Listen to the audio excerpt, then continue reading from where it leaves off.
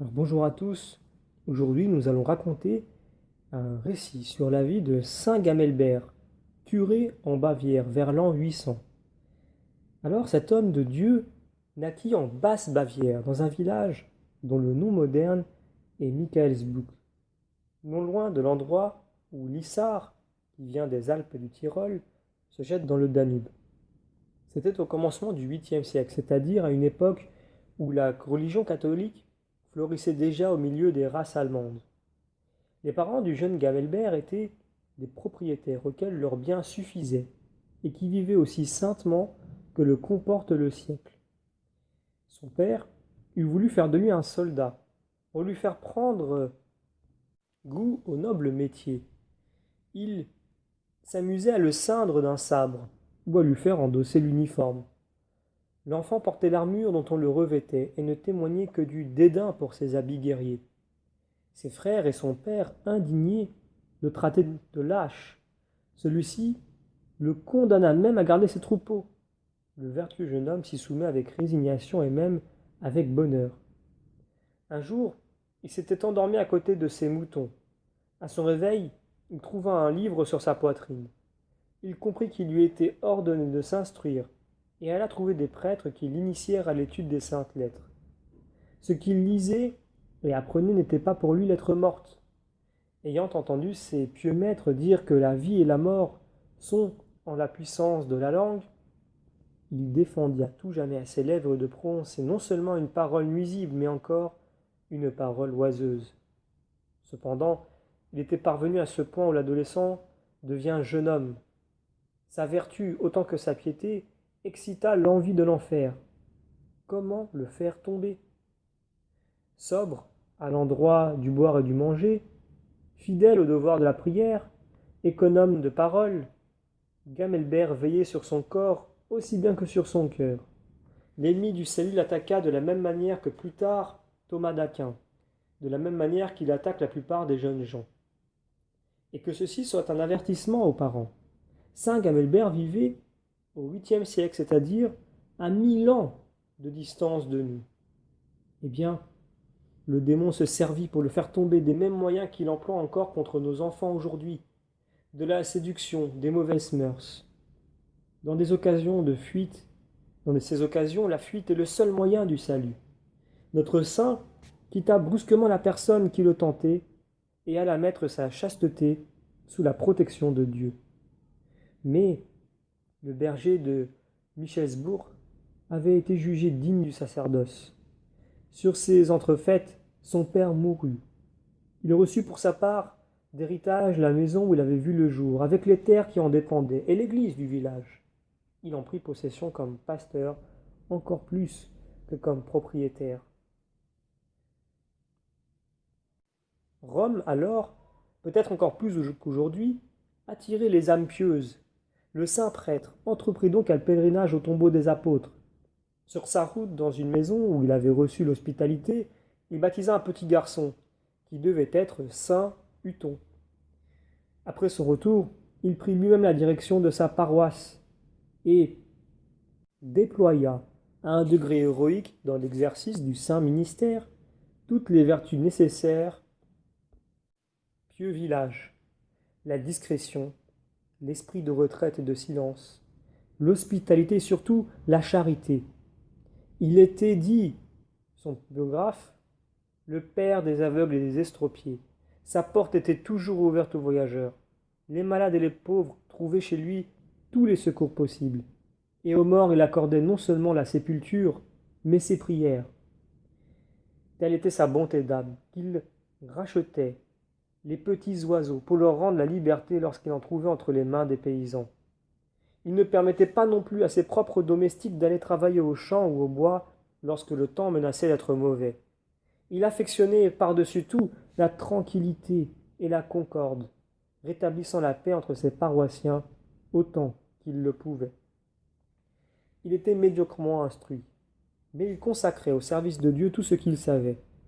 Après avoir passé 50 ans dans l'exercice des fonctions sacerdotales, il voulut se préparer d'une manière plus prochaine au grand passage du temps à l'éternité. Il avait depuis longtemps quitté la maison trop somptueuse que lui avait laissée son père, pour une plus modeste. Sur la fin de sa vie, il planta à quelque distance, autour de sa demeure, 4 croix, et se les proposa comme des limites à ne jamais dépasser. La charité seule lui faisait abandonner cette espèce de solitude. C'est ainsi qu'ayant un jour aperçu 2 hommes qui se battaient en dehors de cette enceinte, il courut à eux et parvint non seulement à les séparer, mais à les réconcilier. Cependant, l'heure de sa mort était arrivée. Toute sa paroisse pleurait autour de son lit. Mes enfants, leur dit-il, ne vous affligez pas de mon départ. Le Seigneur a pourvu à mon remplacement. Il vous donnera un saint pasteur. Le mourant voulait désigner Huton, qu'il avait autrefois baptisé lors de son pèlerinage à Rome. Celui-ci fut mandé. Le saint curé l'institua, son héritier, et le présenta à ses ouailles comme leur nouveau père spirituel. Peu de temps après, il convoqua ses confrères dans le sacerdoce pour lui administrer les derniers sacrements, et remit paisiblement son âme entre les mains de celui qu'il avait si ardemment et si constamment aimé toute sa vie. C'était le 27 janvier 800. Chacun le regretta comme un bienfaiteur. Tous s'empressèrent de l'honorer après sa mort comme un saint. De nombreux miracles glorifièrent son sépulcre. L'église qui reçut ses saintes dépouilles fut dès lors souvent visitée par les anges, qui chantaient des hymnes sous ses voûtes, l'éclairaient de diverses splendeurs et le parfumaient de senteurs toutes célestes. Là, plus d'un estropié recouvra l'usage de ses membres. Là, plus d'un affligé puisa la consolation nécessaire à l'homme voyageur ici-bas, pour accomplir sans désespoir le pèlerinage vers l'éternité. Nos voisins d'outre-Rhin ont représenté saint Gamelbert. Premièrement, le baptisant saint Huton, deuxièmement, dans un oratoire environné de moutons. Ceci rappelle sans doute la vie pastorale du futur pasteur d'hommes, et celui-là sa vie de retraite sur la fin de ses jours. Alors ce récit est très intéressant. Ce récit de saint Gamelbert nous apprend beaucoup de choses. Mais comme à notre habitude, nous allons tirer deux passages, 2 éléments de sa vie que nous allons garder. Et ces 2 éléments-là sont très importants pour nous dans la mesure où nous nous retrouvons souvent dans ce cas-là. Le premier cas, c'est quand il est dit dans ce récit qu'il était d'instruction médiocre, c'est-à-dire qu'il avait probablement reçu peu ou la base de l'instruction. Or, si vous recevez la base de l'instruction, il est ici question a priori dans le texte de l'instruction classique que reçoivent tous les enfants. Donc à plus forte raison que cet homme ne baignait pas dans la théologie pure. Il n'était pas donc quelqu'un qui avait la connaissance ou la science, comme on pourrait le dire aujourd'hui. Alors, c'est quelque chose d'encourageant, puisque l'on sait que beaucoup de personnes chrétiennes, qu'elles soient catholiques ou autres, ont souvent peur d'aller vers les autres, de proclamer l'Évangile, bien par peur de ne pas savoir répondre aux questions ou de ne pas savoir répondre aux objections, comme c'est souvent le cas. Surtout à notre époque où l'on pense que seul le débat d'idées peut avoir une valeur réelle de vérité. Eh bien non. Encore une fois, comme on l'a déjà dit d'ailleurs pour d'autres saints, c'est d'abord dans l'attitude que nous évangélisons. Et ensuite, nous méditons la parole de Dieu qui fait son chemin en nous. Mais nous ne faisons pas une étude de texte sur les évangiles. On peut le faire, mais ce n'est pas celle-ci qui va percer le cœur des hommes. Parce qu'on peut faire une étude historique, historico-critique de tous les textes de la Bible. Ça ne fera pas de nous de véritables prédicateurs, dans le sens où l'évangile, c'est d'abord quelque chose qui se montre. Et c'est manifestement ce qu'a prouvé notamment saint Gamelbert. Il y a ce point très important. Donc, pour ceux qui disent qu'ils sont peut-être pas assez instruits, qu'ils ont peur de ne pas avoir assez de connaissances, non, ne pensez pas comme ça. Montrez comment vous vivez l'évangile et c'est de cette façon que vous évangéliserez. Et avec le temps, évidemment, il faut des efforts, mais avec le temps, et selon ce que l'Esprit Saint vous donnera, eh bien, vous comprendrez davantage les Écritures et vous pourrez expliquer ou répondre à des questions. Mais cela n'est pas promis. Donc c'est la première chose. Et la deuxième chose, on se rend compte que Saint Gamelbert reçoit des héritages. Donc c'est quelqu'un qui pouvait vivre de façon très aisée. Et à notre époque, même si d'une certaine façon c'est assez universel, eh bien les richesses peuvent nous éloigner ou au minimum réduire notre relation avec Dieu à quelque chose de plus restreint. Pour la simple et bonne raison que souvent quand il a les richesses, on le voit chez l'homme, eh bien il oublie Dieu, il s'éloigne de Dieu, il pense qu'il n'a plus besoin de Dieu et qu'il est dans une certaine forme de sécurité et de confort. Eh bien, ça l'a fait poser la question, et c'est quelque chose d'ailleurs qui est toujours revenu depuis le début de l'histoire, en tout cas de l'histoire chrétienne, la place de l'argent dans la foi chrétienne. Est-ce que l'argent est quelque chose de mal ou pas? Eh bien, la réalité, c'est que l'argent, comme beaucoup d'autres choses, en soi, intrinsèquement, ne sont pas de mauvaises choses. Tout dépend de la façon dont on va l'acquérir et de la façon dont on va l'utiliser. Et on le voit dans ce récit. Saint Gamelbert reçoit un héritage important où il est dit d'ailleurs au départ que ce que possédaient ses parents suffisait à les faire vivre. Donc on pourrait d'une certaine façon dire que aujourd'hui on pourrait les appeler des rentiers. Donc ils n'avaient même pas besoin peut-être de travailler ou alors ils étaient peut-être maîtres d'eux-mêmes. Il faut voir quel est le sens que veut dire ce texte, mais a priori c'est une situation très confortable. Et bien pourtant, non seulement cela n'a pas éloigné Gamelbert de Dieu, puisqu'il a su en faire bon usage, mais en plus, il a mis la main à la pâte, mais pour Dieu.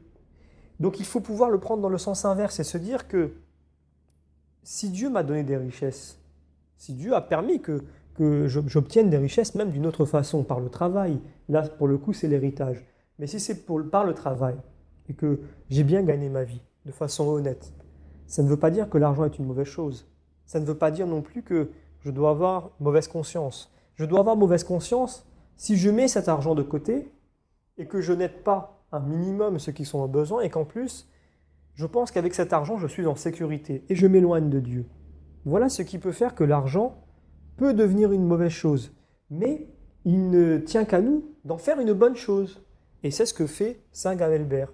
Et donc alors, on se rend compte que cette question de est-ce que l'argent est une bonne ou une mauvaise chose, eh bien elle est d'une certaine façon mal ciblée. On se trompe de débat. La question c'est de savoir comment faire pour que l'argent ait une bonne finalité. Comment faire pour que l'argent devienne un moyen et non pas une fin. Donc un moyen en vue d'obtenir une fin. Si je gagne de l'argent pour nourrir ma famille, eh bien je ne suis pas un adorateur de l'argent. Je n'idolâtre pas l'argent. C'est un moyen et pour arriver à un but, celui de rendre heureux et de subvenir aux besoins de ma famille. Donc c'est la finalité. Mais si la finalité pour moi, c'est d'emmagasiner des richesses, c'est de mettre de l'argent de côté et en même temps de dépenser de l'argent inutilement, vainement, dans des choses dérisoires, d'être une sorte de consommateur moderne, eh bien, la finalité de ma vie devient une idole qui est l'argent, la richesse, et les moyens pour y arriver eh bien, deviennent peut-être un surplus de travail, ou alors une façon malhonnête d'acquérir cet argent. Alors, on se rend compte que l'argent, ou les richesses de façon générale, eh bien, peuvent avoir une bonne finalité. Et cela ne revient qu'à nous. Donc, pour ceux qui manquent d'instruction, et pour ceux qui ont peur ou qui culpabilisent du fait peut-être d'avoir des biens, sachez que dans le premier cas, Dieu n'attend pas de vous que vous soyez des connaisseurs ou des théologiens. Il attend de vous que vous aimiez. Et pour les seconds, il attend de vous que ce que Dieu vous a donné, ce qu'il vous a donné, vous sachiez en faire bon usage et en faire une bonne répartition. Si vous gagnez de l'argent honnêtement et qu'il y en a beaucoup plus que ce qu'il faut pour faire vivre votre famille, pourquoi ne pas faire des dons, par exemple, des dons à des personnes qui sont en difficulté, à des personnes que la vie n'a pas épargnées. Si vous avez beaucoup d'argent et que peut-être vous n'avez même plus besoin de travailler, pourquoi ne pas découper votre temps avec un peu de travail pour pouvoir continuer à travailler et un temps consacré par exemple, à l'aide d'une paroisse, venir en aide à une paroisse selon les besoins, ou à la construction d'une église, ou bien, par exemple, pour ceux qui se sentent un peu plus aventuriers, de faire une petite mission à l'étranger, peut-être pour aider une communauté chrétienne ou une communauté même qui peut ne pas être chrétienne, qui soit dans une difficulté à l'étranger. Alors, qui peut être en difficulté d'ailleurs à cause de la pauvreté, ou alors à cause d'une guerre, ou alors à cause encore de faits météorologiques, par exemple, qui fait qu'il y a eu des catastrophes, il y a peut-être eu des inondations, il y a peut-être eu des tsunamis, des tremblements de terre, etc. Donc l'argent n'est pas une mauvaise chose, si tant est que nous prenons soin d'en faire une bonne chose. Et le manque d'instruction n'est pas un frein à l'évangélisation. Voilà. Et pour les bons choix que nous devons faire dans notre vie, eh bien, nous pouvons demander à Saint Gamelbert d'intercéder pour nous afin que, par la grâce de Dieu, par l'aide d'une bonne vision, d'une clarté dans la vision, dans le discernement, eh bien, nous sachions faire le bon choix pour qu'à la fin, ce que Dieu nous a donné, nous sachions le lui rendre et que nous n'arrivions pas devant lui avec des talents qui nous auraient été donnés et que nous n'avons pas réussi à fructifier. Saint Gamelbert, priez pour nous.